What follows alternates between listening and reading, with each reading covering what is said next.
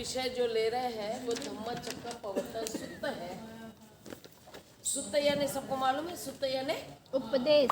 उपदेश, बुद्ध का उपदेश। और वो ऐसा उपदेश है जो सबसे पहले बुद्ध ने बुद्धत्व प्राप्ति के बाद में 5 परिव्राजकों को दिया है ना। तो इसमें हम पहले ये शब्दों को समझेंगे। धम्म यानी मार्ग, हमने अभी कहा सही मार्ग, उचित मार्ग जिस पर हम चलते हैं। तो इस मार्ग पर पहिया चल रहा है, चक्का यानी पहिया, पहिया चल रहा है। किस लिए? परिवर्तन के लिए। तो परिवर्तन के लिए चलने वाले मार्ग पर जो आचरण में लाना चाहिए, हमने कैसे चलना चाहिए, क्या करना चाहिए, इसके ऊपर में बुद्ध 5 परिव्राजकों को उपदेश दे रहे हैं। इसके पीछे पार्श्वभूमि है, लेकिन हम इसको कुछ जो उपदेश है इसको कुछ भागों में बांटेंगे और हम इसको सरल भाषा में जो कर रहे हैं वो बुद्ध और उनके धम्मों में जो बाबा साहब आम्बेडकर ने दिया है उसको हम आपके सामने प्रस्तुत करेंगे, क्योंकि बहुत सरल भाषा में बाबा साहब ने ये दिया हुआ है।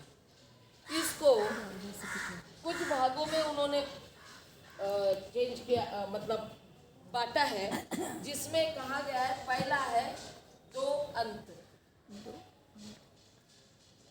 किताब लाना मेरे पास में। 2 अंत है, फिर उसके बाद में है मध्यम मार्ग, उसके बाद में है 4 अरिय सच, उसके बाद में है अरिय अष्टांगिक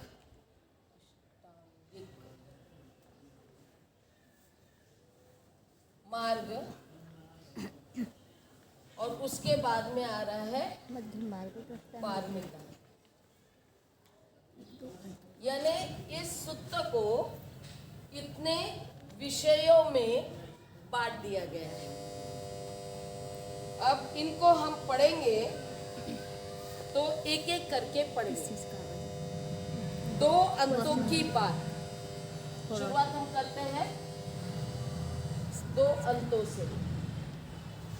2 अंतों की जो बात की गई है इसमें बुद्ध के उपदेशों के अनुसार ये 2 अंतों की बात इन्होंने अपने उपदेश जो है सब पापस्य अकरणं कुशलस्य उपसंपदा सचित्त परियोदपनं एतं बुद्धान शासनं, इसमें की हुई है।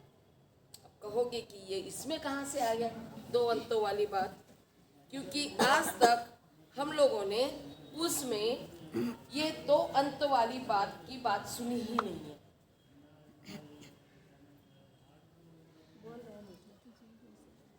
तो ये कैसे है? ये आ रहा है उसमें कि सब पापस, हमको क्या आदत है पढ़ने की? क्या आदत है पढ़ने की? सब पापस। हम क्या पढ़ते हैं? सब पापस। और क्या कहते हैं? बुद्ध यहाँ पे पाप की बात कर रहे हैं। क्या कहते हैं? बुद्ध यहाँ पे पाप की बात कर रहे हैं। फिर कहते हैं कुशलस, अकरण, सॉरी अकरण, अकरणं, बाणाचं न न है। अच्छा, कुस लस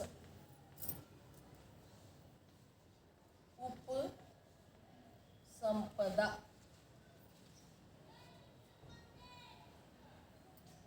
सचित्त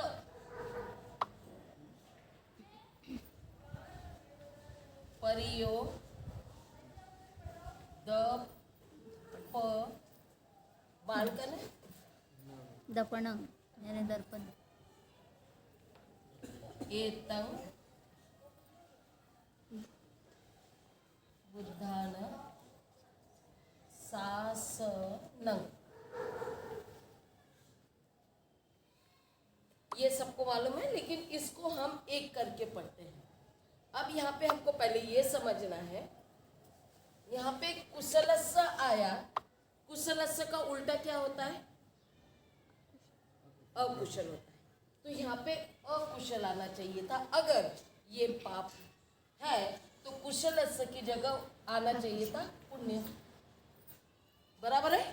पाप का उल्टा क्या है? अकुशल पुण्य। पुण्य पुण्य कुशलस्य का, कुशल का उल्टा क्या है? अकुशल अकुशल। कभी भी दो जोड़ियां होती है, एक नेगेटिव और पॉजिटिव। अगर यहाँ पे कुशलस्य है तो यहाँ अकुशलस्य आना चाहिए, और अगर यहाँ पाप है तो यहाँ पुण्य आना चाहिए। मतलब कहीं तो भी कुछ गड़बड़ हो रही है। इसके ऊपर कोई ध्यान नहीं देगा। नहीं देता है। कुछ लोगों ने ये पापस्य को अकुशलस्य बोल दिया। करना ये मानते हैं, पाप ना करना ही। हाँ, है ना, यही कहते हैं ना, पाप न करना ये पुण्य का काम होता।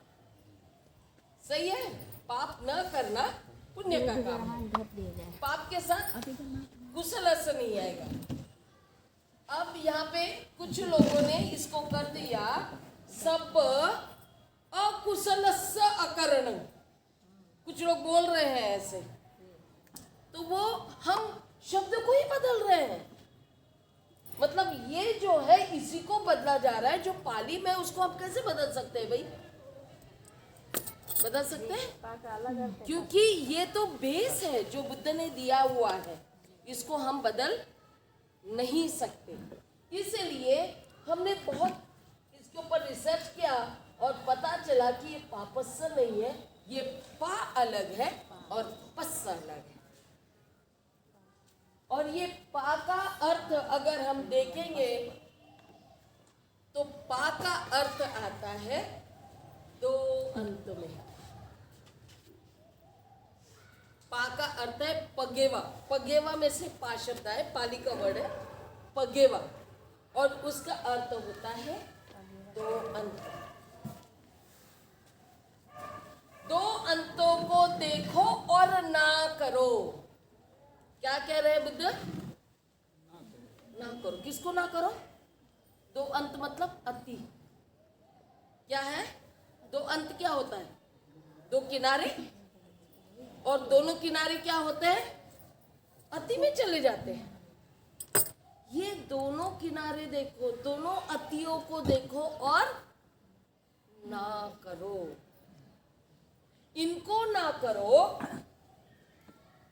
और कुशल कर्म करो। ये कुशल कर्म करोगे, अब ये यहाँ पे नहीं आ रहा। ये कुशल कर्म करोगे तो कैसे करोगे?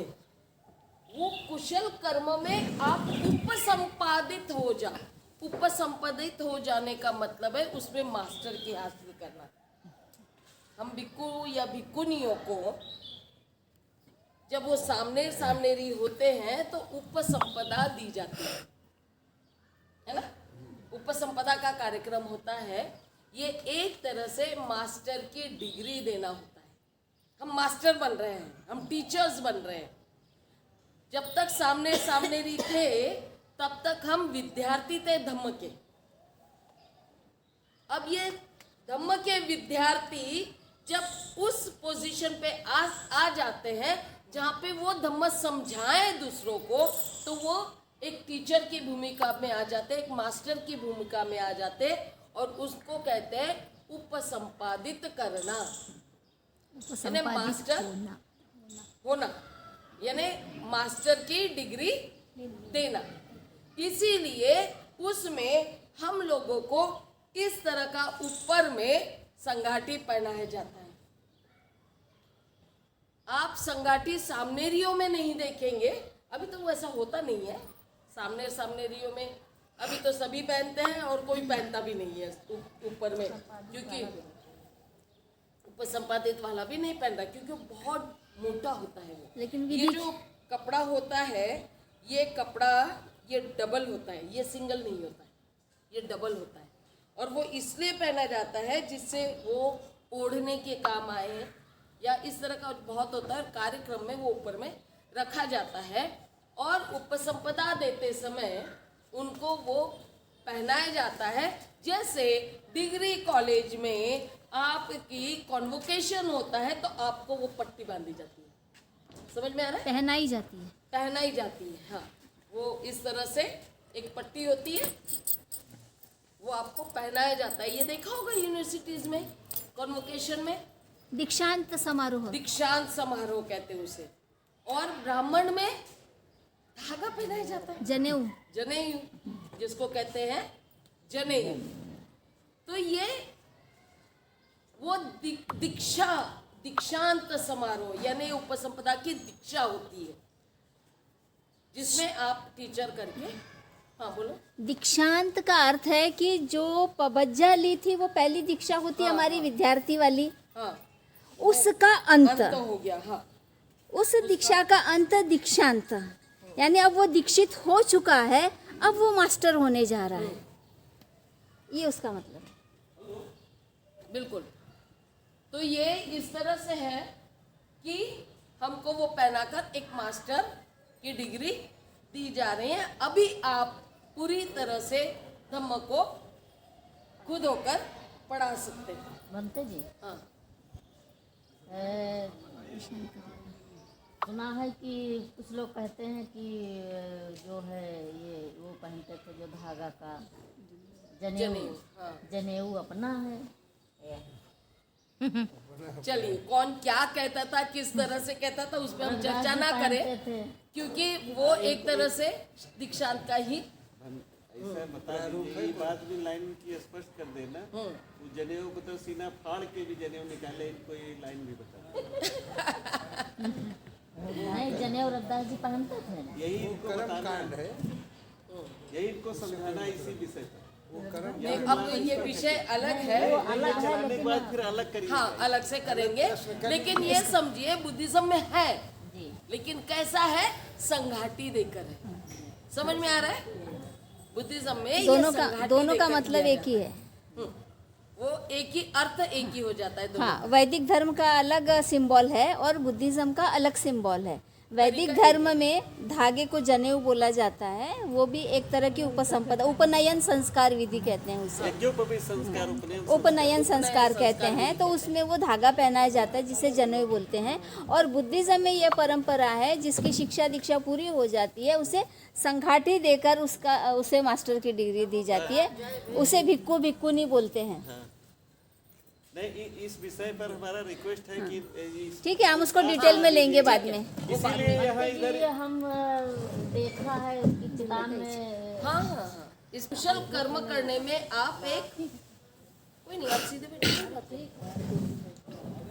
आप एक तरह से अच्छे कर्म करने के लिए, कुशल कर्म करने के लिए मास्टर की हासिल करना है। और वो करने से क्या होगा, कुशल कर्म करते करते आप उपसंपादित हो गए, यानी आपने वो मास्टर के हासिल कर लिए हैं, तो उससे क्या होगा, आपका चित्त कैसा होगा, आपका चित्त दर्पण में साफ दिखने वाला होगा। कैसा होगा चित्त? दर्पण की तरह, हाँ? दर्पण की तरह, दर्पण की तरह परियों में इस तरह। दर्पण, दर्पण, हाँ, दर्पण में कैसा साफ दिखाई देता है। अगर वो गंदा रहा तो उसमें दिखाई देगा, साफ दिखाई नहीं देगा। तो चित्त दर्पण की तरह होना है, जिससे आपका कर्म पूरा सबको दिखाई देगा कि आप किस तरह के चित्त के हैं। तो उस दर्पण की तरह आपका चित्त होना चाहिए। इतने कुशल कर्मों में आप मास्टर की हासिल करो। और वो कैसे करोगे? तो दो अंतों को छोड़कर करोगे, ठीक है। और अगर वो हो जाता है तो बुद्ध का शासन आता है। बुद्ध का शासन आने का मतलब क्या है?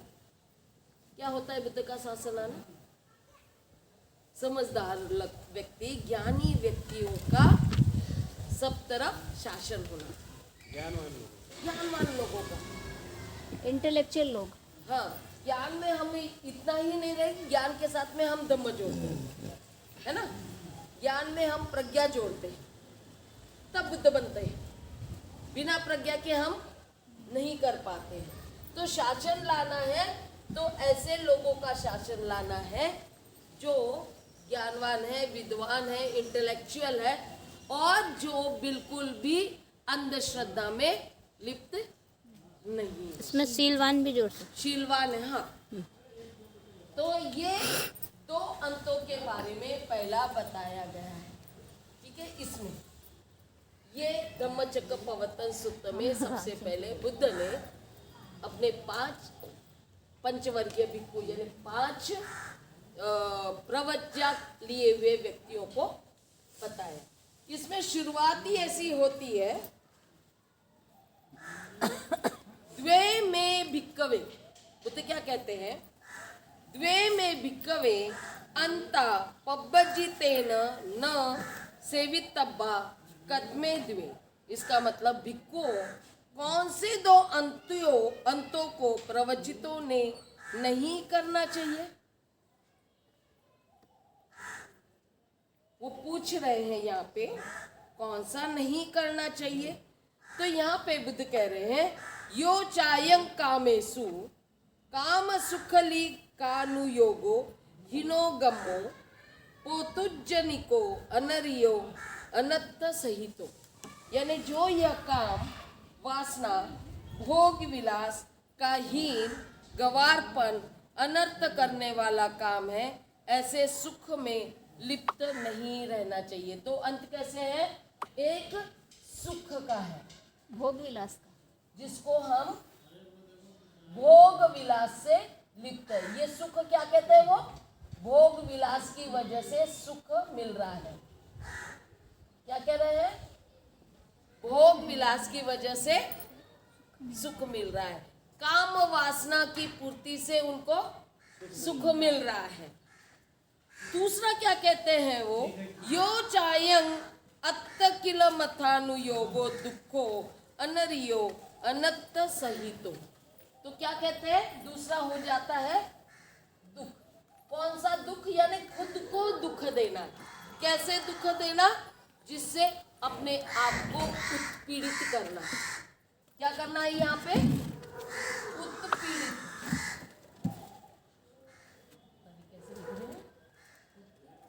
हाँ ठीक है। अपने आप को तकलीफ देना। हाँ ठीक है, ठीक है। यानी जो यह स्वयं को थकाने वाला, दुखद उत्पीड़न देने वाला, अनुचित अनर्थ करने वाला योग है, उसे नहीं करना चाहिए। यानी क्या हो गया? ये ना करो और ये ना करो। उत्पीड़न में हम लोग बहुत से कहते हैं हम ऐसे कार्य करेंगे अपने आप ईश्वर के नाम पर या किसी और के नाम पर, जैसे बहुत उपवास करना, है ना। पहले के तप जो करते थे वो इसी तरह के हुआ करते थे। कोई एक पैर पे खड़ा है, कोई उल्टा लटका है, कोई कुछ, बहुत अपने आप को तकलीफ देने की काम। अभी आपने देखा होगा बहुत जो दूसरे धर्म के लोग हैं, उनको कोई वो लोग क्या करते हैं? अपने आप को बहुत कोड़े मारते हैं। कोई आग पे से चलता है ना। कोई कई कई दिनों तक खाना नहीं करता है कि अभी हमें मृत्यु चाहिए। अलग अलग तरह होते हैं और ये कहते हैं कि ये हम ईश्वर प्राप्ति के लिए या मोक्ष प्राप्ति के लिए कर रहे हैं, है ना। तो बुद्ध कहते हैं ये दोनों सही नहीं है। क्या कह रहे हैं? ये दोनों सही नहीं है। तो क्या करना है? ये मध्यम मार्ग है। क्या है ये? ये मध्यम मार्ग, इसमें बीच में जो है ये दोनों को छोड़ो और बीच में करो। अब मध्यम मार्ग को समझेंगे हम। कपड़ा नहीं है मिटाने का। यहाँ तक समझ में आया ना? ये क्लियर हो गया? मैं इसलिए कुछ बताना इसमें, किसको नहीं समझा, किसी को नहीं समझा हो तो पूछ सकते हैं। इसका उदाहरण दे सकते हैं।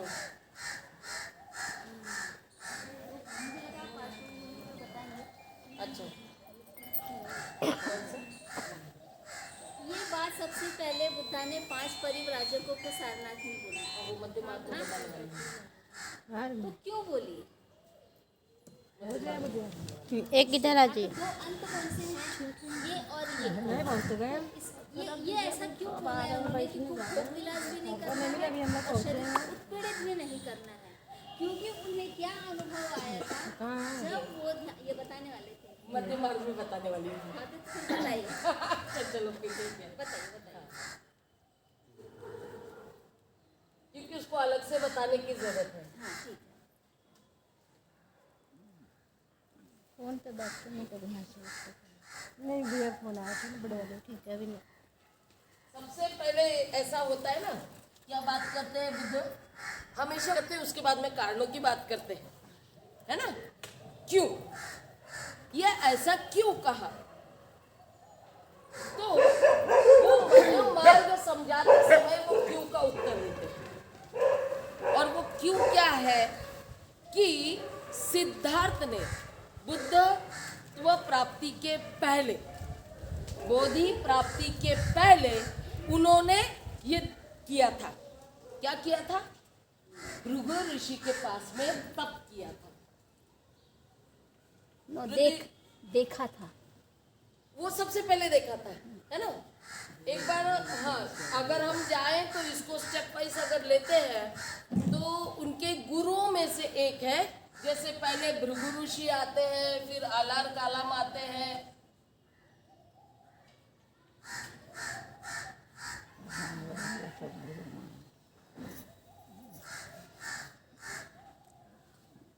फिर उसके बाद में उद्दक रामपुत्र आते हैं,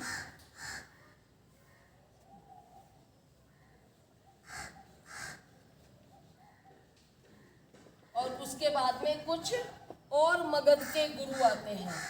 ऐसे वो गुरु होते हैं। तो सबसे पहले जब वो सिद्धार्थ में, हम यहाँ पे किसकी बात हो रही है? सिद्धार्थ की, क्योंकि उनका बुद्धत्व प्राप्ति पूरी तरह से अपने पूर्व जीवन पे आधारित है, अनुभवों पर। तो वो जब निकलते तो सबसे पहले वो भृगु ऋषि के आश्रम में जाते हैं। वहाँ पे वो देखते हैं कि वहाँ पे बहुत सारी तरह के तप किए जा रहे हैं, अलग अलग तरह के। जैसे अभी बंते जी ने कहा, एक पैर पर खड़ा होना है, बारिश में सर्दी में पानी में रहना है, गर्मियों में कपड़े निकाल के भी रहना है, इस तरह के बाल हमेशा गीले रखने हैं, उल्टे लटकना है, बहुत सारी ऐसी बातें देखी। और उन्होंने पूछा कि ये सब क्यों कर रहे हैं? तो बोले मोक्ष प्राप्ति के लिए, भूखा रहना है, स्वर्ग प्राप्ति के लिए। ये सारी बातें बहुत सारी आती है उसमें। तो वो क्या बोलते हैं सिद्धार्थ, मैं इसके ये मुझे तो वो प्राप्ति के लिए मैंने नहीं लिया है, मैं इसके पीछे भी और एक पार्श्वभूमि आती है, पता है, बहुत लंबा चले जाता है।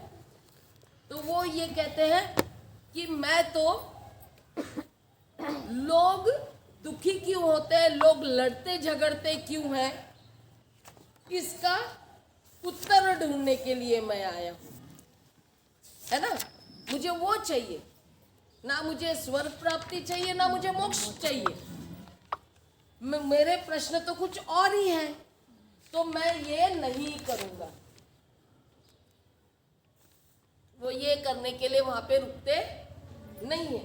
लेकिन उसके बाद में वो आगे जाते हैं तो आलार कालम मिलते हैं, जहाँ पे वो ध्यान साधना की बातें सीखते हैं, जिसमें ज़्यादा से ज़्यादा जो हम कहते हैं ना आनापानसती, अभी जो विपश्यना किए होंगे उनको मालूम है, आनापानसती सीखते हैं, और प्राणायाम, और साथ में प्राणायाम सीखते हैं, है ना? उनके अलग अलग तरीके होते हैं। ये कितने? 7 सात स्टेप, 7 स्टेप्स होते हैं स्टेप्स को क्या कहेंगे हिंदी में? चरण। कदम चरण, चरण, हाँ, कदम, चरण, हाँ, जो भी है। तो वो 7 स्टेप्स होते हैं समाज उनके साधना के, वो पूरा सीख लेते हैं। वो किसके पास सीखते हैं? और हम लोग क्या जानते हैं कि आनापान किसने दिया? हम तो कहते हैं बुद्ध ने आनापान सिखाया, बुद्ध की विद्या है, बुद्ध ने बताया है। नहीं, ये विद्या बहुत पुरानी है। प्राणायाम और आनापान ये पूरा क्या है, बहुत से लोग जो ध्यान साधना क्या करते, वो समय ध्यान साधना नहीं हुआ करती थी, है ना, तो उसमें वो चले आ रहा था और उसको बहुत अच्छी तरह से इसमें मास्टर बन गए थे बुद्ध, आलार कालाम के पास रहकर। और वो होने के बाद में, ये पूरे 7 स्टेप्स हो जाने के बाद में वो कहते हैं कि मुझे मेरे प्रश्न के उत्तर तो मिले ही नहीं, मेरे प्रश्न के उत्तर नहीं मिले। इसलिए बहुत से लोग विपश्यना जाते हैं अपनी समस्या लेकर, लेकिन समस्या का समाधान होता नहीं है। एक अच्छा लगता है, खुद में परिवर्तन भी होता है, सिद्धार्थ में भी परिवर्तन हुआ, उनको अच्छा भी लगा, समझ में नहीं आया। लेकिन उत्तर नहीं मिले उनके प्रश्नों को। कौन से प्रश्न? और कौन से प्रश्न थे? दुख का कारण क्या है, दुखों से मुक्ति कैसे ली जा सकती, इसका उत्तर उनको नहीं मिला। लोग लड़ते झगड़ते क्यों है, इसके बारे में उनको उत्तर नहीं मिला, है ना। तो वो अल्लाह कालाम से पूछते हैं कि भाई और आगे कुछ सीखना है क्या। अब देखो, मैं हमेशा ये तुलना करती हूँ कि हमारे टीचर, हम उनसे अगर कुछ सीखते हैं तो दूसरे टीचर के पास नहीं भेजते, है ना। बोलते नहीं नहीं यही है, इसके आगे कुछ भी नहीं है, तुम मेरे शिष्य बने रहो। इस तरह का आजकल देखा जा रहा है ना। लेकिन आला कलाम क्या कहते हैं, नहीं नहीं, ये मुझे इतना ही मालूम है, इससे ज्यादा अगर आपको जानना है तो उद्धव रामपुत्र के पास जाओ। क्या कहते हैं? उनके पास जाओ। इनके पास में वो 8वीं स्टेप सीखते हैं, जो बहुत कठिन होती है। यहीं पे है ना वो ब्रेन वाला, जो एकदम से वो कहते हैं बिल्कुल सोचना नहीं है, सोच ही नहीं रखनी है, थॉटलेस माइंड। Thoughtless mind. जब मगध में गुरु ये मगध गुरु के पास में है, इनके पास नहीं है, मगध गुरु यहाँ पे है वो, है ना। बिल्कुल एकदम उनको लगा था कि सिर में कोई ठोक रहा है, इस तरह के बारे में है वो, है ना। तो इनके पास में 8वीं विद्या जो होती है समाधि की, वो भी सीख लेते हैं और वही प्रश्न उनको पूछते हैं फिर से कि और कुछ है सीखने के लिए। तो बोलते नहीं, मगध में कोई गुरु है, उनका नाम नहीं दिया गया ना, नाम नहीं दिया गया, उनके पास जाइए, वे आपको आगे के बारे में बताएंगे। फिर यहाँ से सीखकर भी इसमें भी वो मास्टर हासिल हो, क्या कहते हैं, मास्टर बन जाते हैं। और उसके बाद में मगध के गुरु के पास जाते हैं तो यहाँ पे उनको थॉटलेस माइंड, यानी क्या कहते हैं उसको, थॉटलेस, विचार विहीन चित्त, विचार विहीन मस्तिष्क। विचार विहीन।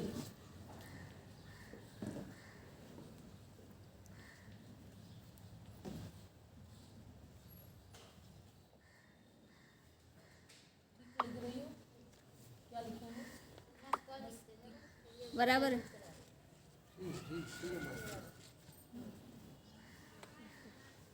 सब अरे चित्त लिख देती हूँ ना। आप सही लिखे।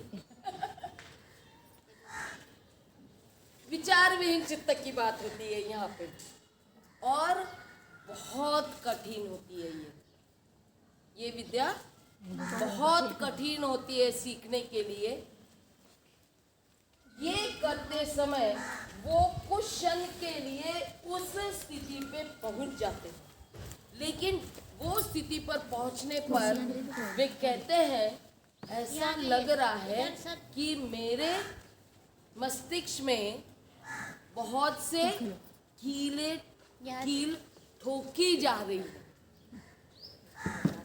ऐसा उनको एहसास हुआ, नहीं इतना दर्द होता है विचार विहीन मस्तिष्क बनाना, है ना। तो वो बोलते हैं कि नहीं ये सही नहीं है, और ये करने के बाद में भी प्रश्न तो जैसे थे वैसे ही है। अब आप ध्यान दीजिए, हाँ?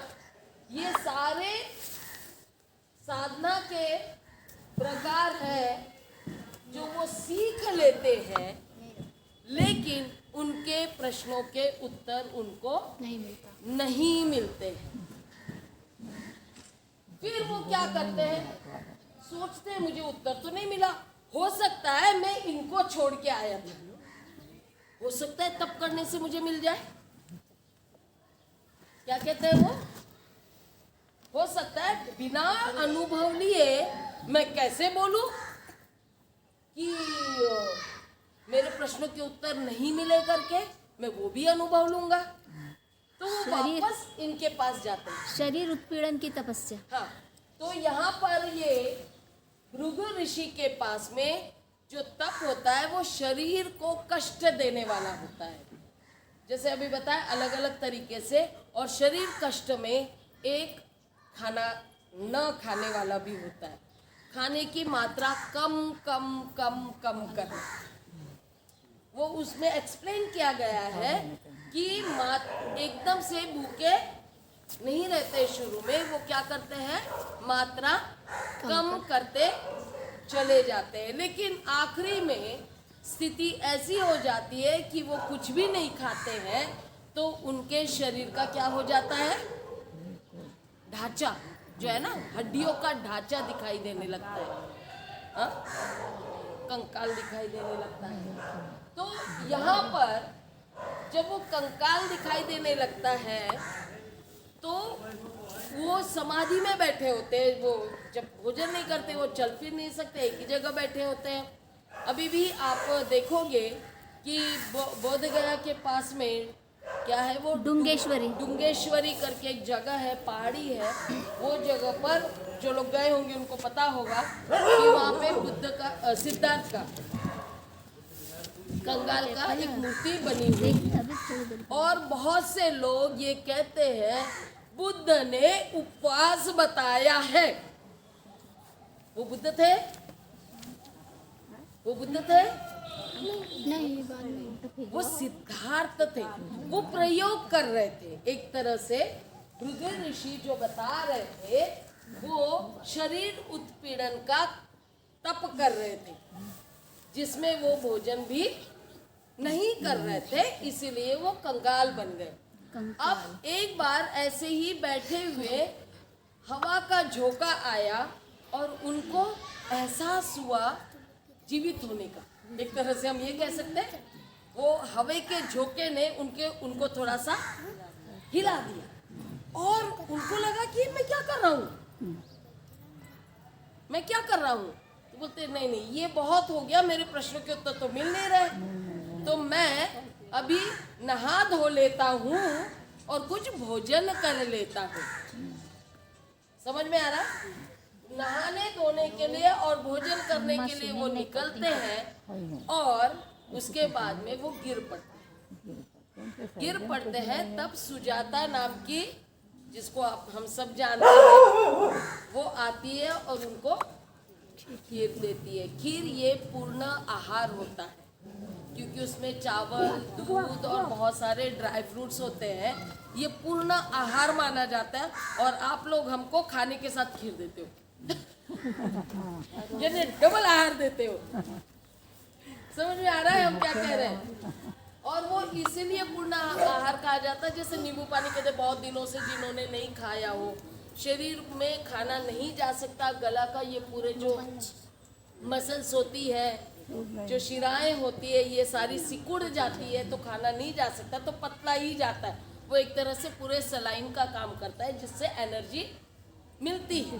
तो ये सिद्धार्थ वो लेते हैं, और उसके बाद में वो चारिका करने की भी बात करते हैं। कहानी लंबी है थोड़ी, ये नहीं बताऊंगी, लेकिन जब भृगु ऋषि के वो तप को उत्पीड़न, शरीर उत्पीड़न का काम छोड़कर जब वो खाने पीने लगते हैं, सुजाता से खीर लेते हैं, तो ये जो कर रहे होते हैं उस समय इनके साथ में, सिद्धार्थ के साथ में ये 5 परिव्राजक रहते हैं, वो भी शरीर उत्पीड़न का अलग अलग तरह का वो भी प्रयोग कर रहे होते हैं, क्योंकि उनका उद्देश्य तो कोई प्रश्न थे नहीं, वो प्रयोग कर रहे होते, तो इनकी एक दूसरे को मदद होते रहती थी, ये लोग साथ में रहते थे।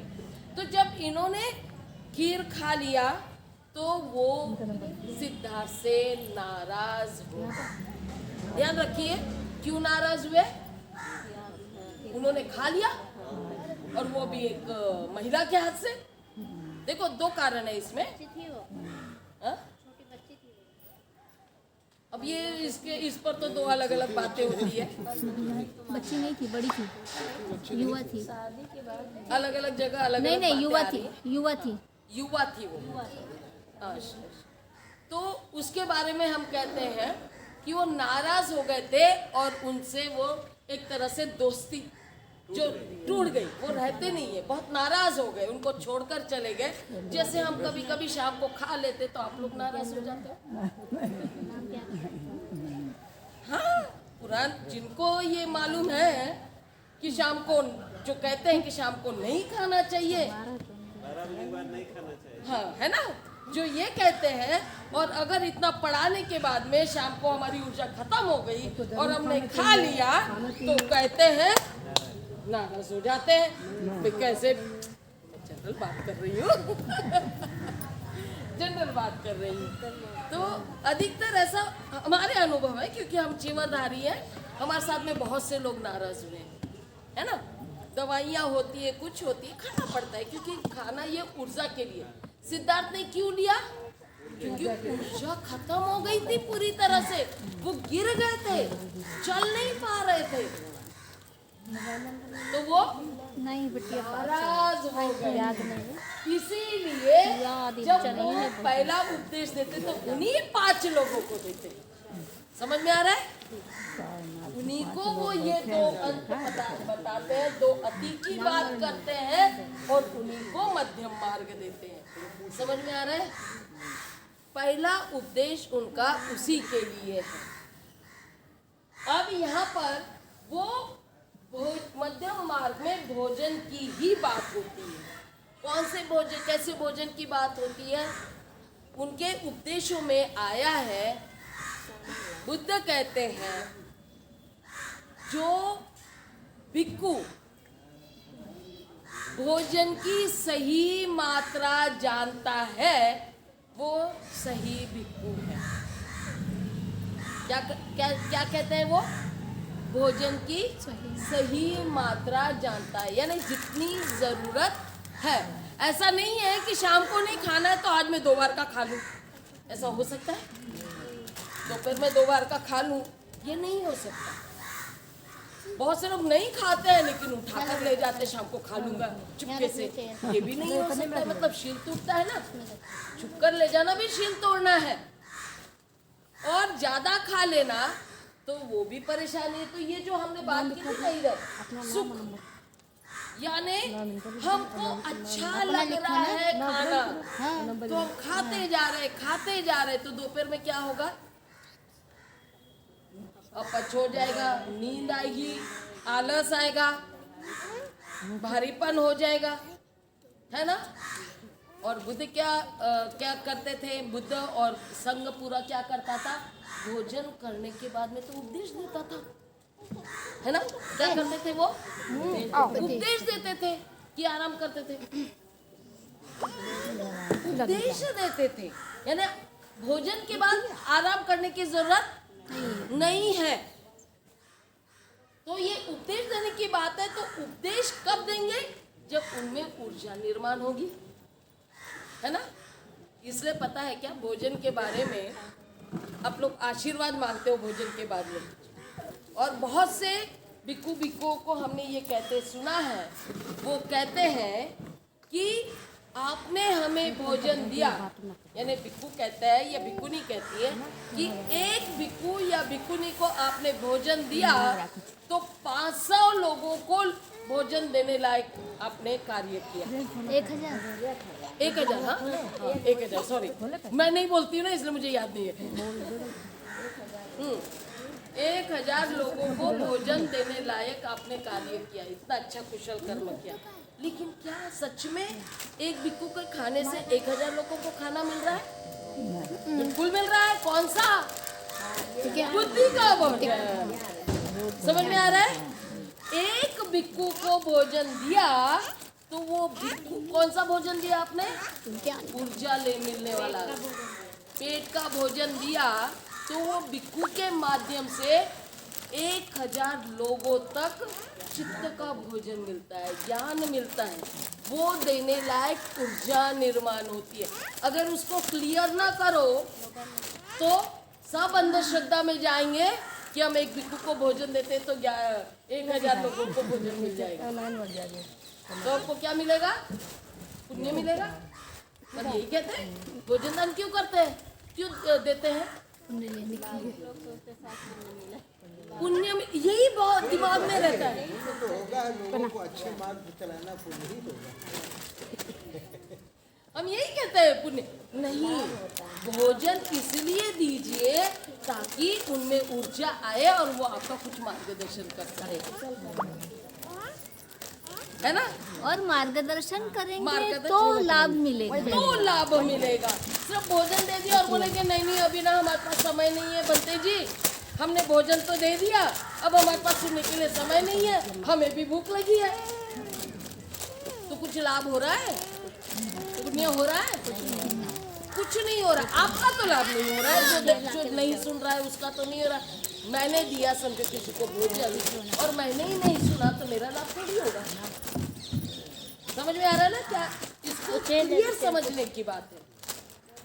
तो ये भोजन जो है कैसे लेना चाहिए? ऊर्जा के लिए लेना चाहिए और देना भी ऊर्जा से। मेरा चित्त काम नहीं कर रहा है तो वो सेंटेंस आया है जिसमें कहते हैं मैं अंधेरे कुएं में प्रकाश खोज रहा था। क्या कहते हैं वो? अंधेरे कुएं में प्रकाश खोज रहा था। क्या अंधेरे कुएं में प्रकाश मिलेगा? नहीं मिलेगा। तो इस तरह की बात वो करते हैं। मतलब भोजन नहीं करेंगे तो ना आप ज्ञान दे पाएंगे ना ज्ञान ले पाएंगे। इसका आज के जमाने का उदाहरण है बहुत अच्छा। 16 सोमवार होते हैं, मालूम है ना? 16 सोमवार को उपवास होते हैं। हमारी सारी महिला लड़कियां खास करके अच्छे पति के लिए 16 सोमवार करती है।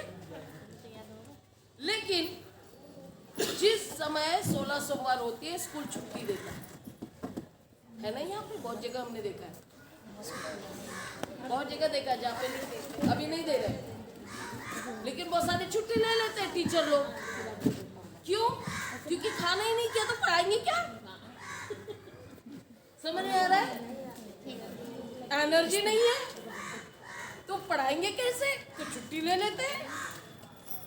बच्चियां भी बोल लेती है मन नहीं लगता पढ़ने में, भूख लगी रहती है, वो क्या पढ़ा रहे कुछ समझ में नहीं आता है। ये इस तरह का उदाहरण है वो जो सब जगह लागू होता है। सिद्धार्थ ने वो अनुभव, हम सब ने ये अनुभव किया, लेकिन हम धर्म के नाम पर या ईश्वर के नाम पर ये हम लोग इसको ढो रहे हैं बिना सोचे समझे। इसीलिए इसको कहते हैं अंधश्रद्धा। सिद्धार्थ की समझ में आया और उन्होंने वो बोधि प्राप्त की। उसके बाद में उन्होंने वो सबको, उन परिव्राजकों को समझाया कि मैंने भोजन क्यों किया था, क्योंकि मुझे ज्ञान प्राप्त करना था। मैं ऊर्जा लिए बगैर ज्ञान प्राप्त नहीं कर सकता था। इसके माध्यम से उन्होंने भोजन का उदाहरण दिया। और दूसरा उदाहरण और एक है, हम लोग देखते हैं, वो है वीणा वाला, है ना? वो अति में भी आता है और मध्यम मार्ग में भी आता है। ज्यादा जोर से बजाओगे तो सुर सही नहीं निकलेगा। हाँ, तो ढीला ढीला, हाँ, टाइट और ढीला, सॉरी ज्यादा ढीला करोगे वो वीणा के तार को तो सुर सही नहीं निकलेगा, और कस देंगे तो भी सुर नहीं निकलेगा। ये दोनों अति हो जाती है। इसलिए उसको सही तरीके से, जो हम मध्यम मार्ग कहते हैं, उस हिसाब से उसको कसना चाहिए ताकि सुर सही निकले। तो ये दो उदाहरण जितना जरूरत हो वही बात है ना, जरूरत के हिसाब से भोजन होना चाहिए, जरूरत के हिसाब से हर कार्य होना चाहिए, है ना। कुशल कर्म वही है जो जरूरत के अनुसार होता है, हम ये भी कह सकते हैं। अति को छोड़ देना है, ठीक है। तो ये इसका ये आया, इसमें और कुछ रह गया है मैत्रेय? बुला रहा है जा, कुछ रह गया क्या? नहीं, ये वाला तो क्लियर हो गया। क्लियर हो गया? दो अतियाँ फिर से इनसे पूछ लो, दो अतियाँ समझ में आएगी। दो अतियाँ